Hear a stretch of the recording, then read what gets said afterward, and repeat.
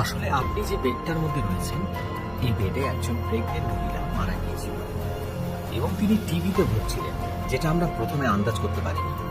এবং যখন তিনি শেষ স্টেজে ছিলেন, সেই মুহূর্তে আমরা ডায়াগনোসিস করতে পারি এবং ততক্ষণে তিনি মারা যান। যে ঘটনাটা আজকে আমি তোমাদের সাথে শেয়ার করতে যাচ্ছি, এটা ঘটেছিল আমি যখন এমবিবিএস এর স্টুডেন্ট ছিলাম এবং তখন আমার একটা ইন্টার্নশিপ চলছিল কলকাতার একটি নামী সরকারি হাসপাতালে। আমি হসপিটালটির নাম নিচ্ছি না। তো সেখানে যখন আমি প্র্যাকটিসে যাই, আমার ডিউটি পড়ে লেবার রুমে। প্রথম কয়েকদিন বেশ ভালোভাবেই কাটছিল, কিন্তু এরপর এমন একজন পেশেন্ট আসে, এই ঘটনাটি তার সাথেই ঘটেছিল, যেটা জানার পর আমরা রীতিমতো হচকুচিয়ে যাই। একদিন ডিসেম্বরের রাতে একজন মহিলাকে আমাদের হসপিটালে নিয়ে আসা হয়, যিনি প্রসব যন্ত্রণায় প্রচন্ড ভুগছিলেন এবং তার কন্ডিশন এরকম ছিল যে যে কোনো মুহূর্তে যা কিছু হয়ে যেতে পারত। কিন্তু সেদিন হাসপাতালে কোনো বেড ফাঁকা ছিল না, তাই বাধ্য হয়ে আমাদের লেবার রুমের যিনি ইনচার্জ ছিলেন, তিনি পেশেন্ট পার্টিকে বলেন যে আপনি যদি চান তাহলে এখানে অ্যাডমিট করতে পারেন, তবে বেড আপাতত পাওয়া যাবে না, আপনাকে নিজেতেই ব্যবস্থা করে নিতে হবে। এই শুনে পেশেন্ট পার্টি প্রচন্ড রেগে যায়। দেখে অত্যন্ত সম্ভ্রান্ত পরিবারের মনেই হচ্ছিল এবং তারা কোনোভাবেই পেশেন্টকে বেড ছাড়া মাটিতে রাখতে রাজি হচ্ছিল না। তাই তারা সিদ্ধান্ত নেয় যে সেই দিন রাতেই সেখান থেকে পেশেন্টকে অন্য কোনো হসপিটাল কিংবা নার্সিং হোমে নিয়ে যাবে। কিন্তু আমাদের ইনচার্জ বলেন যে পেশেন্টের কন্ডিশন খুবই খারাপ, তাই তাকে এই মুহূর্তে এখান থেকে মুভ করাটা উচিত হবে না, এবং যদি এখান থেকে মুভ করা হয় তাহলে হয়তো দুজনেরই জীবনের ঝুঁকি থেকে যাবে। একথা শোনার পর পেশেন্ট পার্টি একটু শান্ত হয় এবং তখন তারা রাজি হয় যে পেশেন্টকে এই হসপিটালেই রাখবে, এবং তারা আমাদের ইনচার্জকে কিছু টাকা পয়সা অফার করে যে তার বিনিময়ে যদি কোনো বেড অ্যারেঞ্জ করা যায়।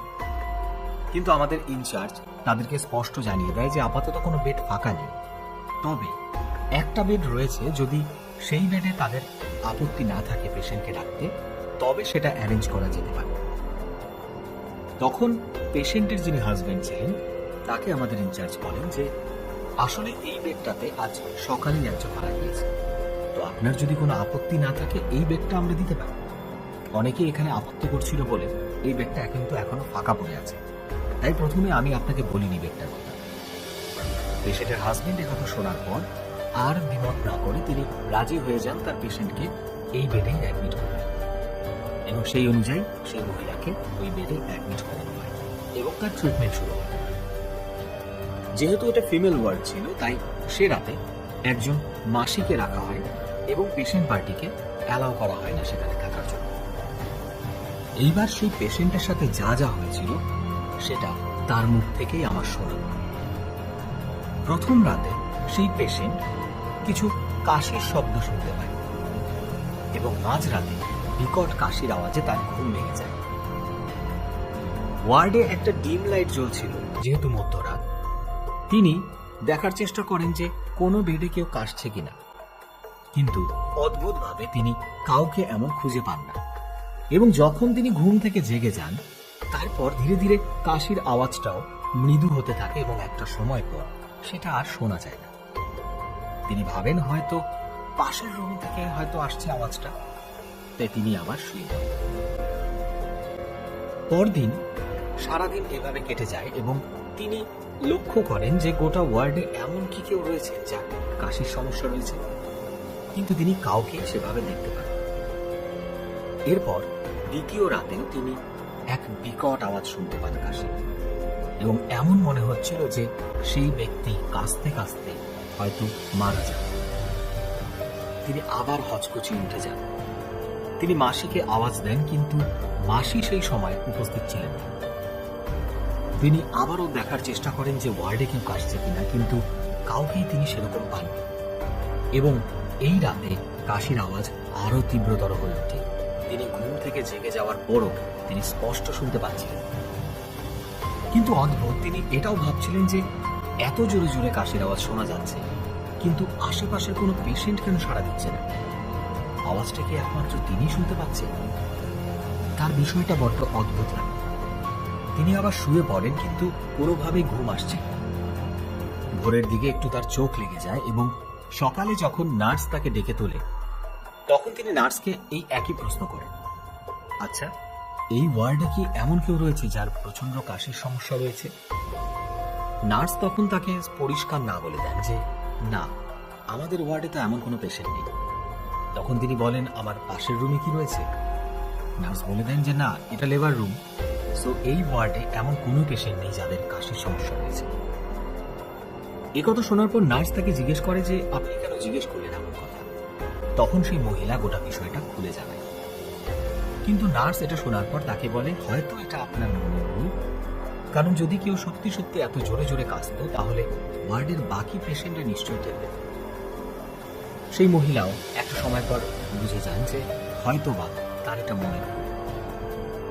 এরপর সন্ধ্যেবেলা যখন তিনি ঘুমোচ্ছিলেন, হঠাৎ সেই একই রকম দুঃস্বপ্নে তার ঘুম ভেঙে যায় এবং তিনি জেগে যখন ওঠেন তখন দেখতে পান যে এটা একটা স্বপ্ন ছিল। তার কিছুক্ষণ বাদেই যখন ডাক্তারবাবু রাউন্ডে এসেছিলেন তখন তিনি ডাক্তারবাবুকে জিজ্ঞেস করেন একই প্রশ্ন। তখন ডাক্তারবাবু তার হাজবেন্ডকে এবং পেশেন্টকে বলেন, আসলে আপনি যে বেডটার মধ্যে রয়েছেন এই বেডে একজন প্রেগনেন্ট মহিলা মারা গিয়েছিল এবং তিনি টিবিতে ভুগছিলেন, যেটা আমরা প্রথমে আন্দাজ করতে পারিনি, এবং যখন তিনি সেই স্টেজে ছিলেন সেই মুহূর্তে আমরা ডায়াগনোসিস করতে পারি এবং ততক্ষণে তিনি মারা যান। এই কারণে প্রথমে আমি আপনাদের বেডটা দিতে চাইনি, কিন্তু আপনার হাজবেন্ড জোর করলেন এবং আমি যখন তাকে বললাম এই বেডে একজন মারা গিয়েছেন, তিনি তাতে কোনো আপত্তি দেখাননি, তাই আমি আপনাকে বেডটা দিয়েছি। কিন্তু এমন কোনো ঘটনা ঘটতে পারে না যে সেই মহিলার কাশি আপনি শুনছেন, এটা হয়তো বা আপনার মনের ভুল। এই কথা বলার পর ডাক্তারবাবু সেখান থেকে চলে যান এবং সেই রাতে সেই মহিলার মনে একটা ভয় ধরে যায় যে হয়তোবা সেই মহিলা বারবার এই কাশির শব্দে তাকে কিছু জানাতে চাইছে।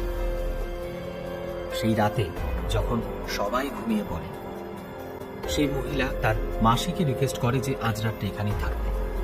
সেই মতো অবস্থায় মাসিও সেই রাতে সেখানেই থেকে যায়।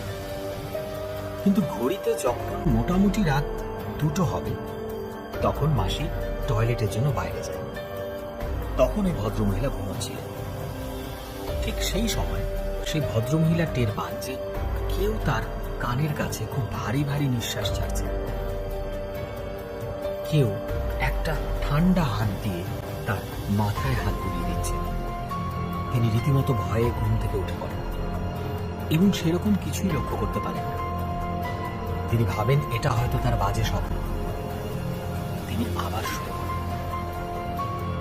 এরপর তিনি আবার শুনতে পান যে কেউ ক্রমাগত বিকট আওয়াজে কেসে যাচ্ছে এবং একটা সময় পর তিনি অনুভব করেন যে কেউ তাকে বিছানা থেকে ক্রমাগত ঠেলে ফেলে দেওয়ার চেষ্টা করছে এবং তিনি তার হাত পা দিয়ে বিছানা আঁকড়ে ধরে রাখার চেষ্টা করছে। তিনি আওয়াজ দিচ্ছেন মাসিকে, কিন্তু কোনোভাবেই তার গলা দিয়ে আওয়াজ বেরোচ্ছে না এবং একটা সময় পর তিনি অজ্ঞান হয়ে যান। যখন তার জ্ঞান ফেরে তখন আমরা সবাই একসাথেই ছিলাম। আমরা তার জ্ঞান ফেরার পর তাকে জিজ্ঞেস করি যে আপনি বেড থেকে পড়ে গেলেন কি করে?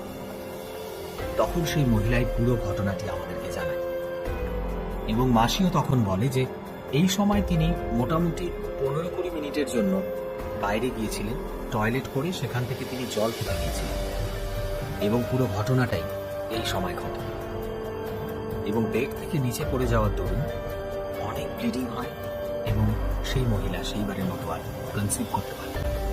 মহিলা তার হাজবেন্ডকে প্রচন্ড দোষে নেই কারণের জন্য, কারণ তিনি হয়তো জোরাজুরি না করলে এই বেডটা হয়তো তাকে দেওয়া হতো না, হয়তো বা এমন অঘটন ঘটত। এই ঘটনার আদৌ কি ব্যাখ্যা রয়েছে শোভন, সেটা আমার জানা নেই। আমি মেডিকেলের স্টুডেন্ট, আমি বিজ্ঞানের ছাত্র, সো আমি এই ঘটনার ব্যাখ্যা কিন্তু আজ অব্দি পাই না। কিন্তু এমন একটা ঘটনা আমার পেশেন্টের সাথে হয়েছিল, আমি ভাবলাম এটা তোমাদের সাথে শেয়ার করা উচিত, তার জন্য আমি লিখে পাঠালাম। জানি না কতটা গুছিয়ে লিখতে পেরেছি, তুমি একটু তোমার মতো করে ন্যারেট করে নিও।